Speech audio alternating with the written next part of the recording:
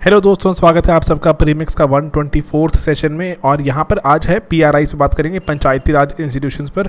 ये जैसे 24 अप्रैल 1992-93 में इसके बारे में बात शुरू हुई थी, कॉन्स्टिट्यूशन भी अमेंड हुआ था, तो उस पर लेकर इसीलिए आर्टिकल्स भी आ रहे थे बहुत सारे। तो आपको पता होना चाहिए, one of the most important हमारे देश का इंस्टीट्यूशन में से एक है, और ये आए दिन आपको UPSC वगैरह में सवाल भी नजर आते हैं इस पर्टिकुलर चीज़ पर। तो 5 सवाल हैं, शुरू करते हैं सबसे जल्दी। आपने बताना है कौन सी स्टेटमेंट करेक्ट नहीं है। पहला, सीट्स रिजर्व की जाती हैं SC ST के लिए PRIs में, पंचायती राज इंस्टीट्यूशंस में, in proportion of their population, जो प्रोपोर्शन ऑफ पॉपुलेशन है, ठीक है। एंड 1/3 सीट्स रिजर्व्ड हैं विमेन के लिए, including women from SC ST। उसके बाद स्टेट लेजिस्लेचर, जो स्टेट की जो हमारे यहाँ पर लॉ मेकिंग बॉडी है लेजिस्लेचर, वो प्रोविजंस बनाती है रिगार्डिंग इलेक्शंस टू पंचायत्स, ठीक है। और ये स्टेट की बनाती है, सेंटर की नहीं। क्या ये बात सही है? And then state election commission undertakes the local body election, state election commission local body election कराता है, एंड ये इलेक्शन को रिमूव कर सकते हैं डिस्क्रिप्शन ऑफ गवर्नर, ठीक है।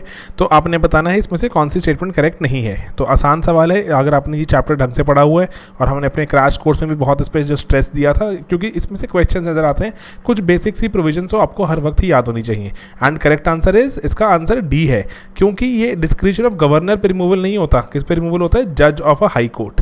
वैसा ही रिमूवल है स्टेट इलेक्शन कमीशन के जो कमिश्नर का। एंड यहाँ पर देखो, ये प्रोपोर्शन वाली बात सही है, ये गलत मत कर देना कभी कि कोई डायरेक्ट कोई नंबर नहीं दिया हुआ, प्रोपोर्शन के हिसाब से दिया हुआ है। और 1/3 वाली बात सही है, कुछ ये 1/3 मिनिमम रखा हुआ है, कुछ स्टेट्स ने इसके ऊपर भी कर दिया।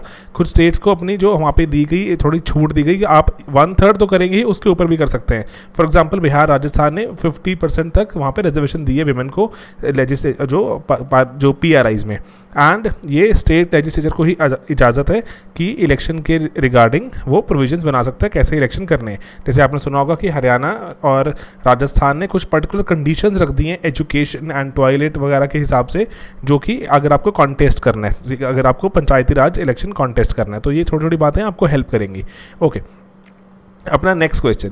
तो आपने बताना है कौन सी इसमें से कंपल्सरी प्रोविजन नहीं है 73rd अमेंडमेंट एक्ट की। जो हमारा 73rd अमेंडमेंट एक्ट है, उसकी कंपल्सरी प्रोविजन नहीं है, ठीक है। स्टेट इलेक्शन कमीशन कब बैठना या बनाना, स्टेट फाइनेंस कमीशन का बनना, रिजर्वेशन होनी चाहिए हर लेवल पर विमेन के लिए, या रिजर्वेशन होनी चाहिए किसकी सीट्स की, बैकवर्ड क्लासेस के लिए। तो इसमें से कंपल्सरी प्रोविजन कौन सी नहीं है? बहुत ही ज़्यादा सिंपल लुकिंग क्वेश्चन, बट बहुत ही ज़्यादा मुश्किल बन जाता है ऐसे सवाल। आपको लग रहा है कि हाँ ऐसा होता है, लेकिन वहाँ जाके आपकी यू एंड अप लूजिंग 2.66, 2 तो गए एंड नेगेटिव भी करा ली। तो ये क्वेश्चन गलत नहीं करने, क्योंकि बहुत बुनियादी सवाल है ये। एंड इसका exact answer is backward classes वाला। बैकवर्ड क्लासेस की बात थोड़ी ना हो रही है वहाँ पे, बात किसकी हो रही है? SCs STs की रिजर्वेशन की बात हो रही है, एंड नॉट बैकवर्ड क्लासेस, ठीक है। SEC SFC वगैरह ये बनाना कंपल्सरी प्रोविजन का पार्ट है, और रिजर्वेशन करना भी पार्ट है कंपल्सरी प्रोविजन का, लेकिन बैकवर्ड क्लासेस नामक कोई चीज़ नहीं रखी वहाँ पर, SCs STs की बात की गई है। ओके, नेक्स्ट हमारा क्वेश्चन है, आपने बताना है कि कौन सी इसमें से चीज़ें एडवोकेट करती हैं या फिर बढ़ावा देती हैं, कि बोलती हैं कि आप विलेज पंचायत बनाओ। हमारे कॉन्स्टिट्यूशन में कौन सी चीज़ें विलेज पंचायत बनाने की बात को एडवोकेट करते हैं? Fundamental duties, directive principles, fundamental rights, या प्रियम्बल। अगेन बुनियादी सवाल, लेकिन इस पर आए दिन बच्चे भिड़ते रहते हैं, कुछ ना कुछ नई तरह से इंटरप्रेट करते रहते हैं। तो लेकिन सिंपल होते हैं क्वेश्चन ये, और उसको आराम से इत्मीनान से अटेम्प्ट करो, एंड यहीं पर सोच को बिना ऑप्शन देखे बताओ कौन सी आंसर होना चाहिए हमारा। 1 ओनली, 2 ओनली, 2 and 4 ओनली, या सभी के सभी विलेज पंचायत को यहाँ पर बोलते हैं कि बनना चाहिए। एंड इसका आंसर इज 2 ओनली। बाकी फंडामेंटल ड्यूटीज़ में पंचायत के बारे में कोई बात नहीं की गई, राइट्स में कोई बात नहीं की गई, प्रियम्बल में आप कह सकते हैं कि डेमोक्रेसी बनने की बात है, डेमोक्रेसी के नाम है, लेकिन वहाँ पे ग्रास रूट डेमोक्रेसी वो ऐसे कोई बात नहीं की गई। तो विलेज पंचायत की बात कहीं है, सिर्फ एक DPSP में है, आर्टिकल 40। तो आर्टिकल 40 में कहा गया है कि आपने बनाने हैं विलेज लेवल इंस्टीट्यूशंस, उसी को पूरा करते हुए हमारे यहाँ अमेंडमेंट भी हुई, ठीक है। ओके, सिंपल सवाल है ये वाले, और ये गलत नहीं करने। चलो नेक्स्ट क्वेश्चन देखते हैं। आपने बताना है कि इसमें से कौन सी अमेंडमेंट पार्ट 9 ऑफ कॉन्स्टिट्यूशन को अफेक्ट करती है? पार्ट 9 ऑफ कॉन्स्टिट्यूशन, मैं आपको हिंट दे रहा हूँ यहाँ पर। पार्ट 9 किसकी बात हो रही है आज? पंचायती राज इंस्टीट्यूशंस की, लोकल सेल्फ गवर्नेंस की। तो पार्ट 9 लोकल सेल्फ गवर्नेंस का ही हिस्सा है, ठीक है। लोकल सेल्फ गवर्नेंस में पंचायती राज आता है, अर्बन लोकल बॉडीज वगैरह आती हैं। तो पार्ट 9 मैंने आपको बता दिया। लेट्स से अगर आपको नहीं पता था, चलो आपने को सीख लिया यहाँ पर, ठीक है। ओके, कौन सी अमेंडमेंट्स फॉलो करती हैं यहाँ पे? 73rd, 83rd, 93rd, 97th। इसमें से कौन सी पार्ट 9 को अफेक्ट करती है? इंपॉर्टेंट है, ये सभी आपको पता होनी चाहिए। कुछ जो आपको देखो 15 के आसपास, 10 से 15 अमेंडमेंट्स पता होनी चाहिए।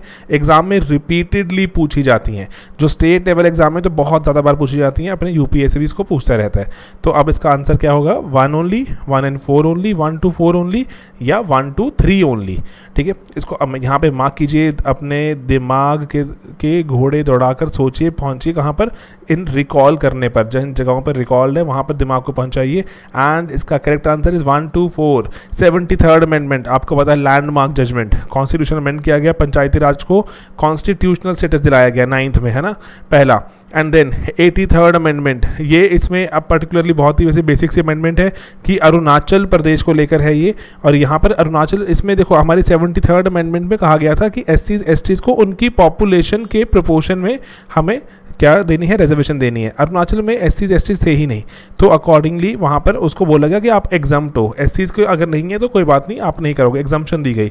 93rd अमेंडमेंट तो चलो जुड़ी नहीं हुई, ये आर्टिकल 15 से मैच खाती है, आर्टिकल 15 के रिगार्डिंग है ये, तो इसलिए यहाँ पे हमारे कॉन्टेक्स्ट में नहीं है।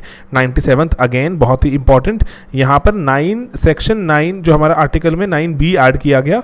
9B में क्या होता है? आपके कॉपरेटिव्स बनाए गए, कॉपरेटिव्स की बात की गई। फटाफट से यहाँ देख लो, 73rd अमेंडमेंट में तो पंचायती राज इंस्टीट्यूशन की नींव रखी गई है, ठीक है। 83rd में ये reservation of seats in Panchayati Raj institutions, ठीक है। और आर्टिकल 243D बार बार कोट होता है, ये मेंस में इससे जुड़ा सवाल भी आ चुका है। और ये बोलता है कि सीट्स रिजर्व होनी चाहिए SCs STs के लिए पंचायत में। और अरुणाचल प्रदेश में पर्टिकुलरली क्या था कि इंडिजिनस ट्राइबल पीपल हैं, वहाँ पर शेड्यूल कास्ट एग्जिस्ट नहीं करते, तो इसलिए इनको एग्जम्पशन दे दी गई थी। एक नया क्लॉज डाल दिया गया आर्टिकल 243 में, ठीक है। और वहाँ पर उनको एग्जम्पशन मिली कि अगर आपके यहाँ पे SCs नहीं है तो आपको SCs के लिए सीट रखने की कोई रिक्वायरमेंट नहीं है, यू आर एग्जम्प्टेड। तो और 93rd अमेंडमेंट तो चलो वो है कि रिजर्वेशन की बात हो रही है बैकवर्ड OBCs के लिए, सभी गवर्नमेंट और प्राइवेट एजुकेशनल इंस्टीट्यूशंस में 2006 में लागू किया गया था। ये वाला क्रीमी लेयर के साथ लागू किया गया था। क्रीमी लेयर का कौन सा जजमेंट है? ये पूछ चुके हैं मेंस में आपको, 2016 का मेंस में आया था क्रीमी लेयर जजमेंट वाला। तो बताइए क्रीमी लेयर के जजमेंट का नाम क्या है? एंड 98th अमेंडमेंट एक्ट, आपको मैंने बताया पार्ट 9B, बहुत ही बड़ी अमेंडमेंट थी ये भी उसमें, लेकिन हमारे लिए जो इंपॉर्टेंट क्या है? कोऑपरेटिव सोसाइटीज ऐड कर दिया गया वर्ड। जैसे देखो लोकल सेल्फ गवर्नेंस में आपने देखा जैसे पंचायती राज इंस्टीट्यूशन होते हैं गाँव में, शहरों में अर्बन लोकल बॉडीज होती हैं, ऐसे ही कोऑपरेटिव सोसाइटीज़ बनाने की बात भी की गई।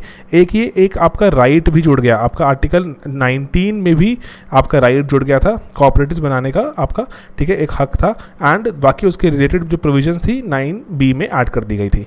ओके, अपना आखिरी सवाल आज का, इसमें से कौन सी स्टेटमेंट ट्रू है? पहला रूरल सेशन हुआ इंडियन नेशनल कांग्रेस का, ये कहाँ हुआ था? फैजपुर में नियर जलगांव। क्या ये स्टेटमेंट सही है कि पहला सेशन फैजपुर में हुआ था जो रूरल सेशन था? एंड दूसरा, इसको प्रिजाइड ओवर किया था बाय महात्मा गांधी, ठीक है।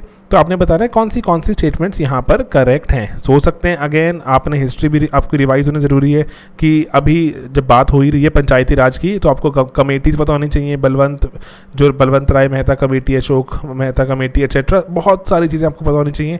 तो आप, क्योंकि ये PRIs पे 2 या 3 सवाल तो पक्का ही नज़र आते हैं, बहुत सारे बच्चे इसको छोड़ जाते हैं कि ये समझ नहीं आ रहा, पता नहीं क्यों समझ नहीं आ रहा, बहुत ही आसान टॉपिक है, पढ़ते रहो समझ आता रहेगा, जैसे बाकी पॉलिटी है वैसे यही है। एंड इसका correct answer is 1 only, that is true. पहला रूरल सेशन जो हुआ कांग्रेस का वो फैजपुर में हुआ था, ये महाराष्ट्र में जो जगह थी जलगांव के पास, लेकिन it was not presided over by Mahatma Gandhi, it was presided over by Jawaharlal Nehru, ठीक है। सिंपल सी चीज़ है। इसके बाद जो नेक्स्ट सेशन जो 1936 के जो मैं पहला सेशन लखनऊ में, वो भी JL नेहरू द्वारा प्रिजाइडेड था एट्सेट्रा। तो 37 में यहाँ पे हुआ, 38 में जो त्रिपुरी में सेशन होता है इसमें क्राइसिस हो जाता है। तो आपको छोटी चीज़ें आपको पता होनी चाहिए। तो अगेन मैं वही आपको सिंपल सी बात है जिस पे अंत करेंगे हम कि हम जो बार बार चीज़ें करते रहते हैं, जिसको हम आपको UPSC में क्या बोलते हैं रिपीटेडली करने के लिए, कि रिवाइज जो टेस्ट करे आपने, देखो नई नॉलेज गेन करना इज़ वेरी इंपॉर्टेंट, लेकिन उसको अगर रिवाइज नहीं करोगे, रिपीटेडली नहीं करोगे, तो वो दिमाग में नहीं बैठने वाली। तो इसीलिए एक्सीलेंस क्या बन जाती है? एक्सीलेंस इज कोई ऐसा कोई चमत्कार नहीं है, एक्सीलेंस एक आदत है, बार बार आप उस चीज़ों को रिपीट करते हो तो आप उसमें एक्सेल करते ही करते हो, that is bound to happen. ठीक है, तो ये छोटी सी बात है, तो इसलिए रिपीट करो और रिवाइज़ करो। अगर चीज़ें पढ़ ली हैं तो कॉन्फिडेंस है तो उसको क्विकली रिवाइज़ करो, छोड़ के कुछ भी नहीं जाना। ठीक है, और ऐसा ओवर कॉन्फिडेंस नहीं होना, कॉन्फिडेंट जाना है लेकिन ओवर कॉन्फिडेंट बिल्कुल भी नहीं। ठीक है दोस्तों, चलो मिलेंगे अपने अगले सेशन में, बिल्कुल टाइम आपका ज़ाया नहीं करेंगे। All right, good night, thanks a lot.